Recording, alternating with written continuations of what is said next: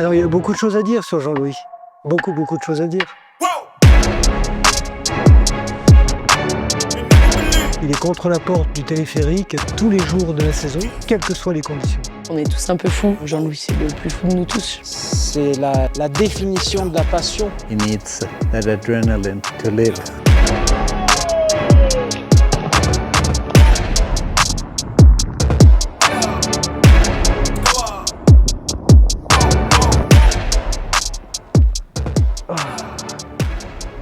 Bon.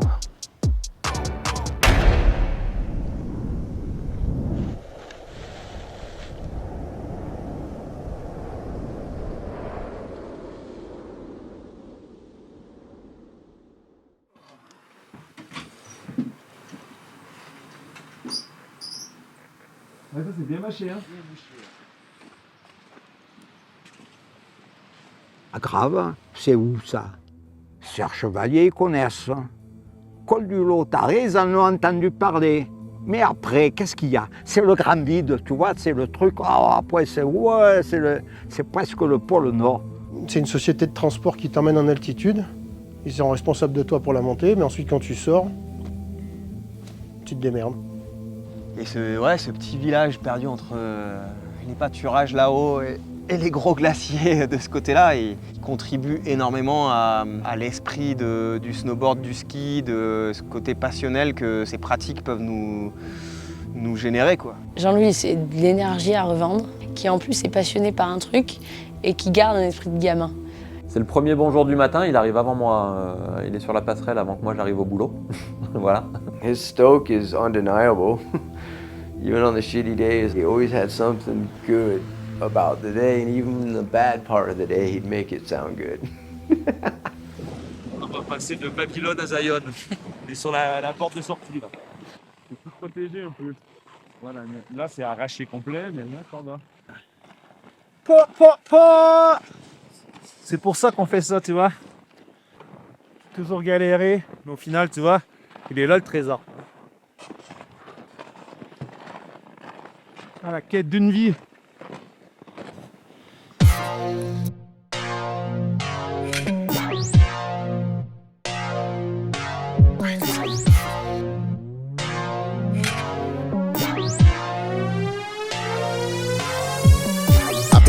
I be on job and I put it on God, they ain't nobody stopping me. Do the thing and it gets done properly. Known for my honesty, not so much for my modesty. What's my policy? No remorse or apology. I am the wickedest, hungry. Show me where the dinner is.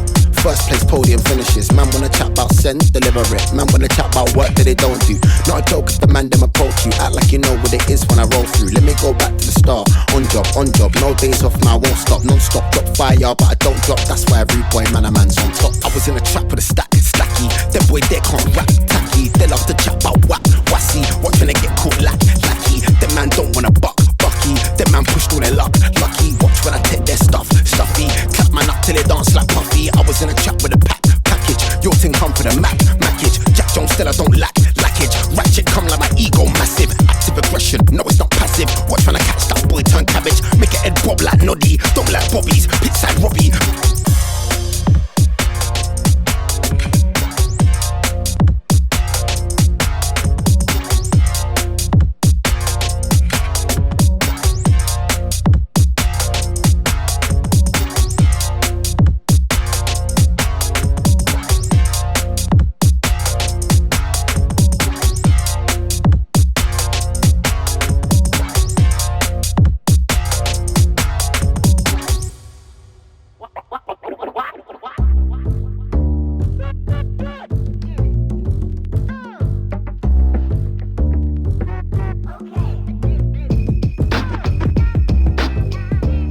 J'ai découvert la grave en 89 à la première édition du Derby de la Meije. On s'est retrouvé tout seul quoi, dans les vallons de la Meije. 5 jours après, tu remontais, tu voyais la trace que tu avais fait le lundi quoi. Il y avait presque personne. C'était le ski sauvage, ça intéressait personne. Les petits villages comme nous, ça intéressait personne. I think it was just the timing of people, skiers like me, that wanted to ski off-piste. First, maybe it was like Verbier got known by the European ski bums, and then Chamonix on the Grand Montée, and then La Grave.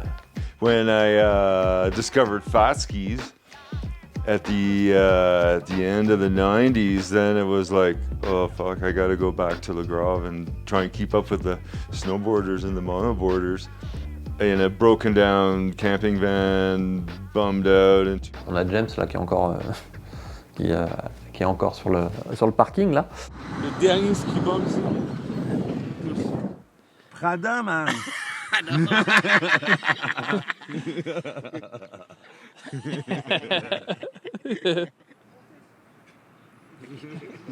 Ninety days, hey Brexit. Oh, man. Bah, ce territoire à la Grave, il est magique, on le voit là.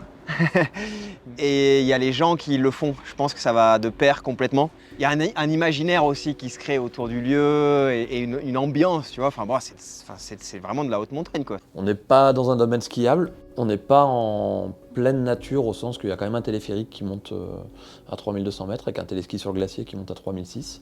Donc c'est une espèce d'entre-deux, c'est pas une station, c'est pas de la haute montagne pure et dure et sauvage où on y accède à pied. Donc on est dans un vide juridique, mais parce qu'on ne monte pas beaucoup de gens et parce qu'on a un système de surveillance du terrain qui fait que finalement on a très peu d'accidents. Le parti pris qui a été le choix ou le non-choix peut-être, mais en tout cas qui a été fait, qui fait l'essence et le mythe de la Grave, ça a été de se dire qu'il y avait deux solutions pour réduire l'accidentologie à la Grave. C'était soit d'aménager le terrain, soit d'aménager la tête des skieurs. Le choix qui a été fait, c'est de se dire qu'il faut qu'on reste sur l'aménagement minimum du terrain et de la réflexion maximum du skieur. À peu près, je vais au fond de ma zone de 2,65 m. On fait en sorte que les gens, à partir du moment où ils arrivent en bas sur la terrasse du téléphérique, donc au pied du téléphérique, ils puissent avoir de l'information. Tout ça pour faire en sorte que notre terrain soit un terrain d'apprentissage. Avoir une aide mécanique, c'est bien. Et après, par contre, qu'on puisse se poser les questions en autonomie de comment ça fonctionne, ça, je trouve que c'est top. La montagne tenue par la main tout le temps, pour moi, c'est une dérive. Ça va pas, tu vois. Par contre, à la Grave, ben voilà, c'est pas ça. On t'informe, on te dit, ben voilà, tu vas avec tes outils, et l'outil principal étant toi-même. Ces endroits-là, ils ne devraient pas disparaître, à mon sens, parce que c'est les derniers bastions d'une forme de réflexion, tu vois. Ouais. Et je trouve dans notre société, qu'il reste encore ça, c'est top. Et on peut aller jusqu'à 3006. Ici, on a 1004, donc ça fait des gros dénivelés. Il y a plein d'itinéraires différents à choisir et tout. C'est vraiment, quoi, c'est trop bien, quoi. Puis en 2025, que ça existe encore, c'est la classe, quoi. I guess the first time I arrived in Le Grave, it was pretty special. I arrived in the night and saw the mountain for the first time, and I asked Chad, I see the lift, but where do you ski? It's a larger than life mountain and lift, but a smaller than small village. Like, it's incredible, like, that you have the two so close to each other. But it's a skier's paradise, the freedom to discover, but there's a lifetime of stuff to explore, and there's always something new here, so you kind of like, it's addicting, man. It's a drug sometimes. Like. Nous, on reçoit entre 55 à 60 pays différents chaque hiver. Des fois, tu te demandes, mais pourquoi vous venez vous perdre là, tu vois? Enfin, tu le sais, les mecs, c'est des passionnés. Tous les gens qui viennent là, nous, on a une clientèle, c'est des passionnés, c'est des gens qui aiment la montagne. Parce qu'il faut jouer avec les quantités de neige, il faut jouer avec le vent, il faut jouer avec les expositions, il faut jouer avec plein de choses. Ça te remet peut-être aussi un peu à ta place de se dire, waouh, je suis tout seul là-dedans, là, c'est immense, c'est trop bien. Une fois que tu as commencé à venir à la Grave, à rider à la Grave et tout, ben en fait, il y a un truc où c'est hyper dur de s'en détacher, tu vois. 25 ans de retraite à la Grave, j'ai toujours amorti mon forfait de saison d'hiver. Impeccable. Mon genou, il me fait mal à hurler, mais comme je deviens un peu sourd, ça ne me gêne pas, hein.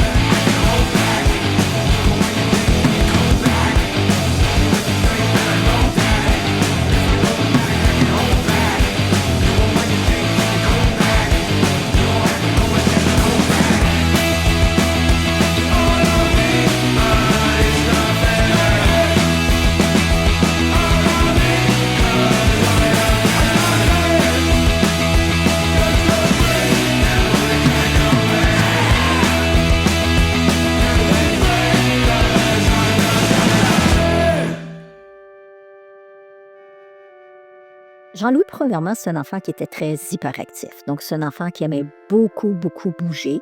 Et il fallait que ça bouge. Puis, tout ce qui était... Je me souviens, là, il allait dans des camps de jour quand il était jeune. Puis, il faisait beaucoup, beaucoup d'activités. Puis, toutes les activités qui étaient spéléologie, de ramper, dans le noir, dans l'eau glacée, là, il sortait de là enchanté.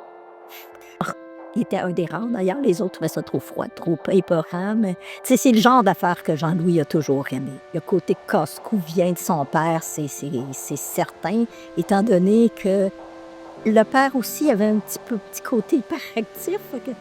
Bon, il a gagné des trophées, tout ça. Après ça, il a fait aussi des courses de motocross. Il a entraîné les enfants dans des choses, vraiment dans des... Il les a même fait une piste de motocross dans la cour chez nous.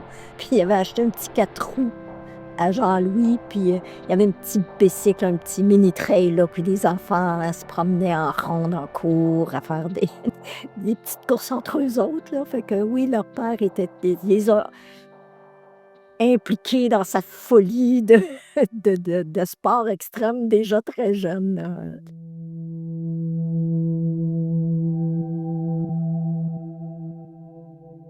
Mon père, il s'est enlevé la vie. C'est moi qui l'ai trouvé.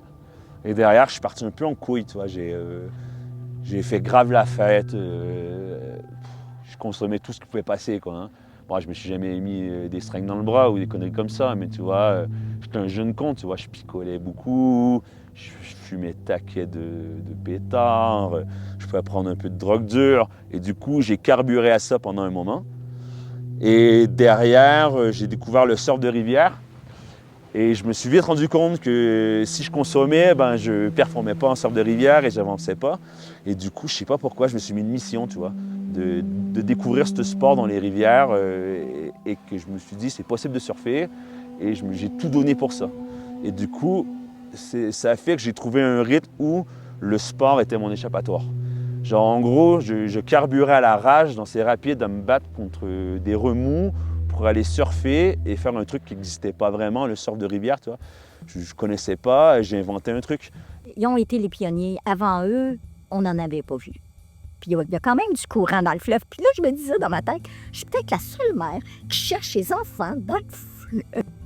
Tu sais, en temps normal, ton fils est dans le fleuve, t'appelles les pompiers qui viennent le sauver. Mais non, moi, c'était son sport, là. C'était le surf de rivière dans le fleuve. Début vingtaine, il a décidé un jour qu'il s'en allait dans l'Ouest canadien, il s'en allait faire du surf dans l'Ouest canadien. Il est parti, il y avait 200 $ dans ses poches. Il a fait du pouce pour s'en aller là-bas. Il a fait du pouce tout le long. Il y a eu des... Moi, de temps en temps, il m'appelait, là, puis il y a eu des bouts pas faciles. Il avait même emmené son diabolo. Et sur le coin des rues, il a fait du diabolo, il a quêté avec son diabolo. Moi, je suis bien découragée de ça. Je disais, bon, c'est rendu que ton fils, il quête sur le coin des rues. Mais c'était son trip, là. Il a fait ça. Puis il s'est rendu jusqu'à Vancouver. Et derrière cette rage de sport, s'est transféré au snowboard. Et je suis parti dans les Rocheuses canadiennes. Et pareil, tu vois, si on faisait un peu la fête le soir, mais pareil, je manquais pas un matin de poudre, j'avais la rage, tu vois. Et j'ai marié une Française, Élodie. Et après 3 saisons dans les Rocheuses, elle en a eu un peu marre de la barrière de la langue. Et on a décidé de venir en France. Et on s'est retrouvés à Tignes, Val d'Isère. Et on a vite vu que ça le faisait pas, quoi. Que la vie, c'était un peu travail. Et on s'est dit qu'on allait partir de là-bas. Et elle m'a dit, si tu veux, Jean-Louis, je te ramène à la Grave. Et du coup, je suis arrivé à la Grave. J'ai vu la vallée, j'ai fait, waouh, mais c'est magnifique, quoi, super encaissé. Et j'ai vraiment vu les Alpes, quoi, l'amplitude et la grandeur des montagnes, quoi. Et ensuite, elle est rentrée sur Toulouse, elle m'a quitté, et je me suis retrouvé ici à la Grave, nouvelle station, et je me suis acheté une board sur place. Et du coup, je me suis acheté une board qui me plaisait bien, tu vois, c'était une board un peu banane, qui était pas super grande, tu vois, je vais te dire, ça devait être une 157. Et je suis arrivé là avec ma petite board. Et tous les gars, ils m'ont regardé en mode « Mais qu'est-ce que c'est cette merde? Tu peux pas rider ici avec une petite board comme ça, ça prend un grand swallow. » Et tu vois, 23 jours, je les ai comptés 23 jours tout seul sur le domaine, à essayer de découvrir le domaine, tu vois, de descendre, de me perdre dans les traversées, de me rendre compte que je suis trop bas, de remonter à pied, jusqu'au jour où j'ai ridé dans la forêt il y avait deux locaux devant moi. Et en gros, nos chemins se sont croisés et je me suis mis un tir sur un pilot. Et au même moment, il y a un des deux locaux qui avait freiné dessous et du coup, je me suis trouvé à sauter par-dessus lui. J'ai toujours me rappelé l'image, j'étais en grade comme ça dans les airs et j'ai regardé le gars qui m'a regardé en bas. Je suis passé par-dessus et je suis parti comme une balle dans la forêt. Et comme d'hab, je me suis perdu. Je me suis retrouvé à remonter à pied. Donc ces gars-là, ils sont arrivés à 3002 avant moi et ils ont dit à tout le monde, en fait, Jean-Louis, il ride bien, on l'a vu voler dans la forêt. Et là, ça a déclenché un truc où tout le monde voulait rider avec moi. Tu vois. Et du coup, j'ai eu la chance de tomber sur des bons riders qui ont réussi à me montrer les itinéraires, et dont un groupe de potes qui faisaient de la photo, avec Guillaume, Vincent, et il y avait Bruno, il y avait 2-3 gars. Et du coup, je me suis retrouvé modèle pour ce photographe Guillaume. Et l'échange était que lui montre un peu le domaine, moi je venais avec lui, on faisait des photos. Et c'est vraiment grâce à Guillaume que ça m'a ouvert des portes, tu vois, je me suis retrouvé avec un super book. On s'est connus par le freestyle en fait, par le côté freestyler à la grave. C'est quelque chose qui est un peu marginal à la grave. C'est plutôt le freeride. On a kiffé tout de suite ce type de ride. Et ce type de ride nous a amené vers aller chercher d'autres trucs, à se faire accompagner par les gens qui connaissaient et qui connaissaient les runs. Et après, à se dire, mais attends, on est capable de le faire en fait. La technique, on l'a. La sécurité, on l'a.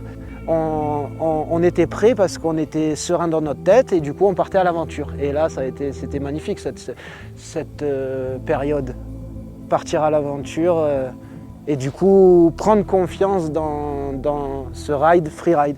J'ai des photos de Jean-Louis où je vais pour le prendre en photo et du coup, la photo, c'est comme ça avec le rappel.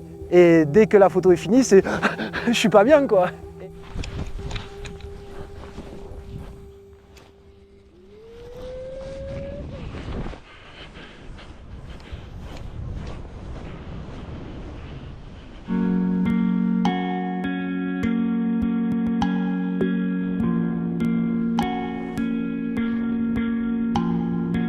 Maintenant le monde est moins grand, y'en a même qui disent que le monde est mort. Je me retrouve au milieu d'une tempête noire et j'observe la nature grande. Je me suis perdu magnifiquement, Maintenant le monde est moins grand, y'en a même qui disent que le monde est mort. Je me retrouve au milieu d'une tempête noire et j'observe la nature grande. Je me suis perdu magnifiquement.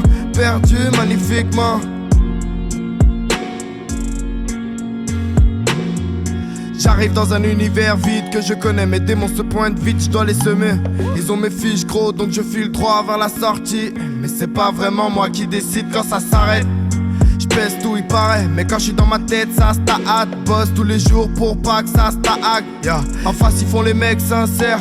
Frère t'inquiète, chaque réussite est exemplaire. Ils ont pas le droit de dire ce que tu vaux. Eux c'est des veaux, c'est du bétail. Ils font 0, 0. Maintenant le monde est moins grand. Y'en a même qui disent que le monde est mort. Je me retrouve au milieu d'une tempête noire et j'observe la nature grande. Je me suis perdu magnifiquement. Maintenant le monde est moins grand. Y'en a même qui disent que le monde est mort. Je me retrouve au milieu d'une tempête noire et j'observe la nature grande. Je me suis perdu magnifiquement. Quoi que tu fasses, ne sois pas une autre brique dans le mur. On n'a pas besoin d'un clone de plus. Fais ce qui te fait vraiment kiffer, quitte à quitter le chemin. Le monde rétrécit, ils ont brûlé les récits des parchemins. Maintenant le monde est moins grand. Y'en a même qui disent que le monde est mort. Je me retrouve au milieu d'une tempête noire et j'observe la nature grande. Je me suis perdu magnifiquement. Maintenant le monde est moins grand. Y'en a même qui disent que le monde est mort. Je me retrouve au milieu d'une tempête noire et j'observe la nature grande. Je me suis perdu magnifiquement.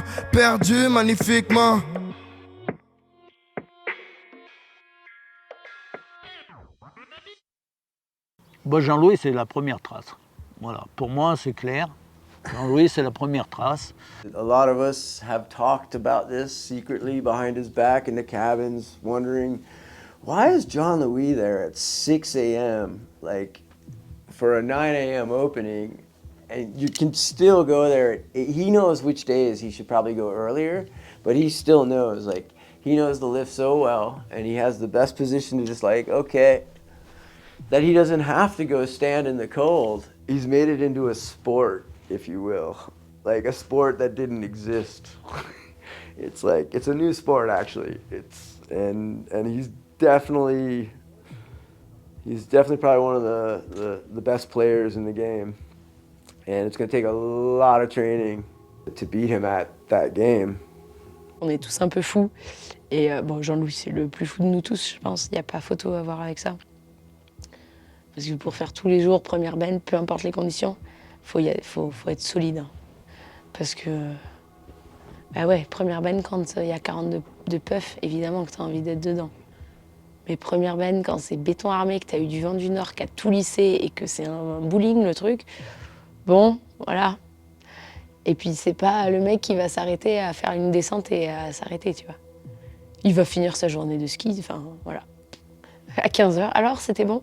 Non, non, pas ouf, mais bon, je skiais quand même toute la journée. Toi, t'es là, les gars. Ouais, non, c'est hallucinant pour ça.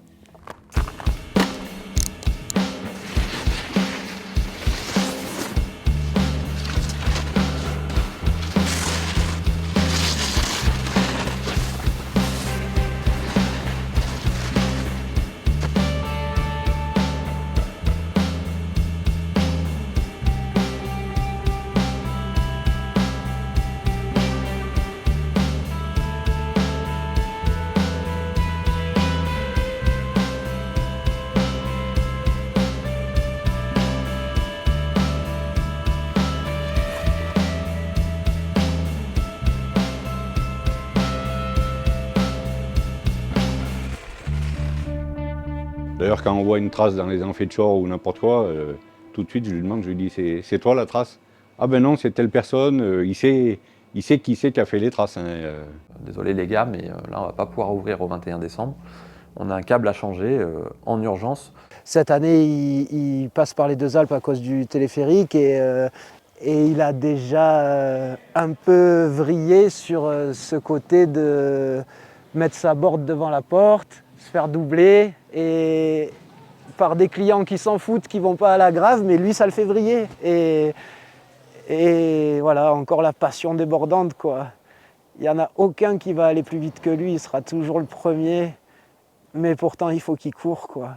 5 cabines, 6 personnes par cabine, il y a 30 personnes qui vont arriver en même temps, enfin en même temps. 6 par 6 avec quelques secondes de décalage. On était dans la 2e ou 3e cabine, lui il est dans la 1re et on est parti pour faire la voûte. Du coup on sort avec Bruno de la cabine et lui il est déjà parti et du coup on suit ses traces de pas sur le glacier et les traces de pas elles étaient espacées. C'est-à-dire qu'entre son pied et son 2e pied il y avait un grand espace. Tu pouvais tout de suite voir qu'il avait couru quoi, tout seul.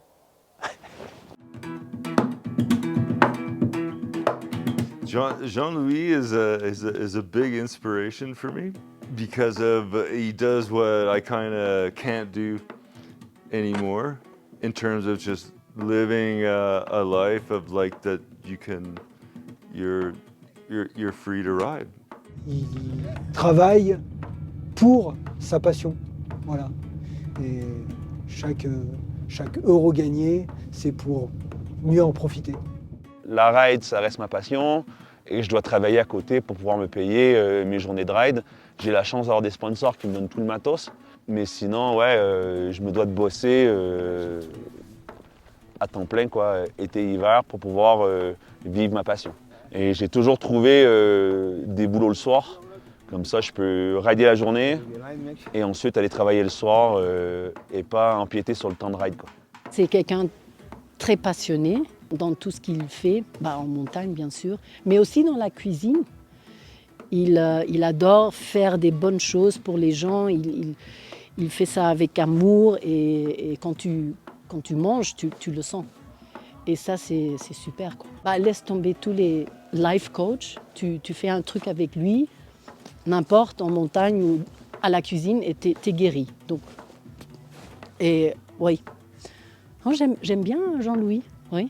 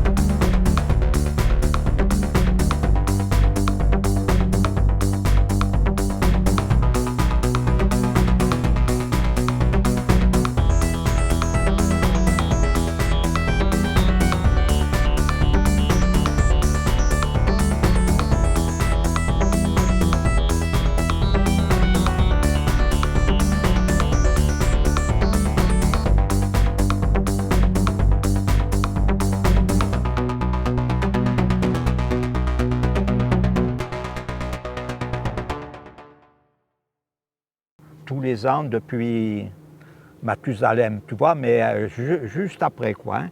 Eh bien, il y a une course, on part d'en haut, l'arrivée est au plus bas où on peut skier. Je faisais la remise des prix quand il avait gagné le derby de la Mèche, Jean-Louis. Nous, on était contents parce que pour nous, c'était un local. Je crois qu'il avait gagné un snowboard qu'il avait balancé dans la foule. Enfin bon, je crois que tout ce qu'il avait gagné, il l'avait. Comme il est, Jean-Louis. Ça, j'en veux pas. C'est qui qui veut. À tout le monde, tout la grave, je vous paye la main, je vous tout de suite, c'est à vous. Merci, bonsoir.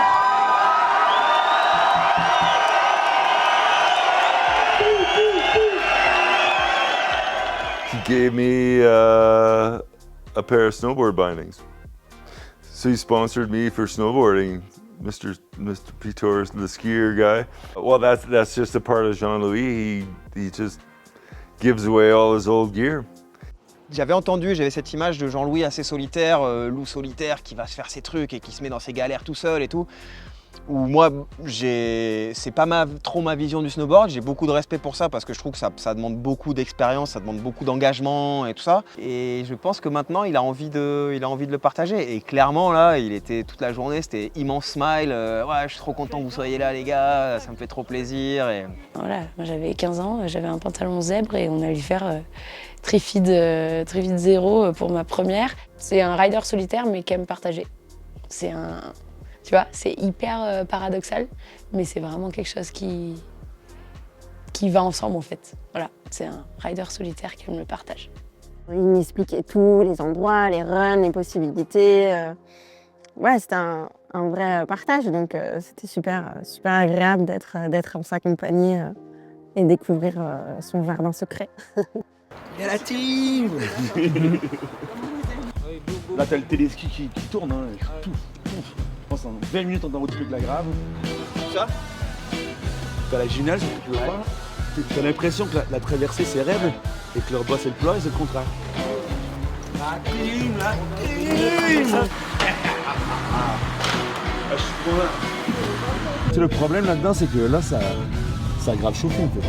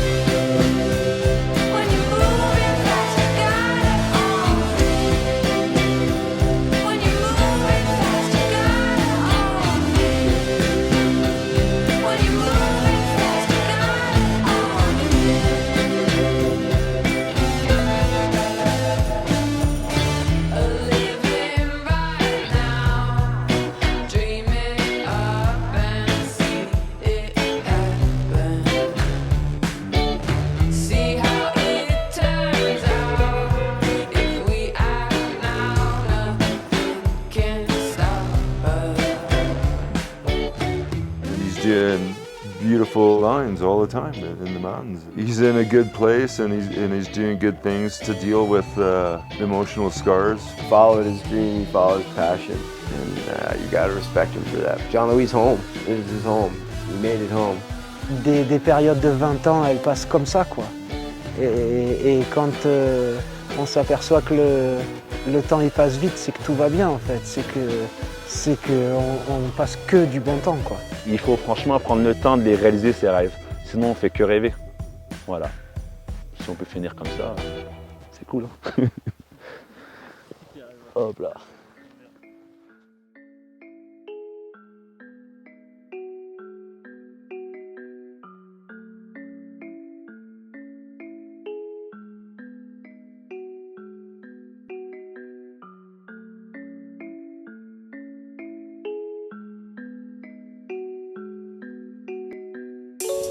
J'arriverai pas tape dans le mille.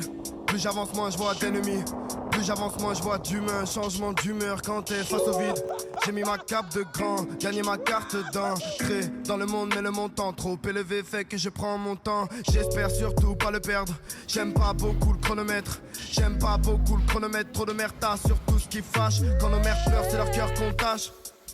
Un ami m'a dit c'est la monnaie ma vie, je le regrette. Il aura le cœur vide mais les mains pleines. Cours vite, y'a les problèmes. J'ai sûrement fait plus de poèmes que mon ancienne prof de français. Au fond de la salle, pense au ciel. Sur mon siège, c'est fou ce que les jours se ressemblent. Bousculer tout ça pour que la balance penche. Et pendant ce temps, le schéma de la vie fait son chemin. J'aurais pu avoir 1000 vies largement. Pourquoi celle-là? Pourquoi rêver de prendre le large? Je ne lâche pas mon but, ne mélange pas mon pote. Y'a ceux qui rêvent et ceux qui rêvent endormis. Moi, je suis pas là pour bloquer les gens, pas là pour checker leur permis. Ouais, ni démon ni ange. J'aurais pu avoir 1000 vies largement. Pourquoi celle-là? Pourquoi rêver de prendre le large? Je ne lâche pas mon but, ne mélange pas mon pote. Y'a ceux qui rêvent et ceux qui rêvent endormis. Moi, je suis pas là pour bloquer les gens, pas là pour checker leur permis. Moi, j'ai ravalé fierté pour avoir celle des miens. Courir après ses rêves d'enfant, nourrir à perte des fantômes. Chaque jour un pied devant l'autre, mélodie donne le pas. Les maladies shootent le cœur, à l'heure où le monde m'écœure. Musique est mon pacemaker.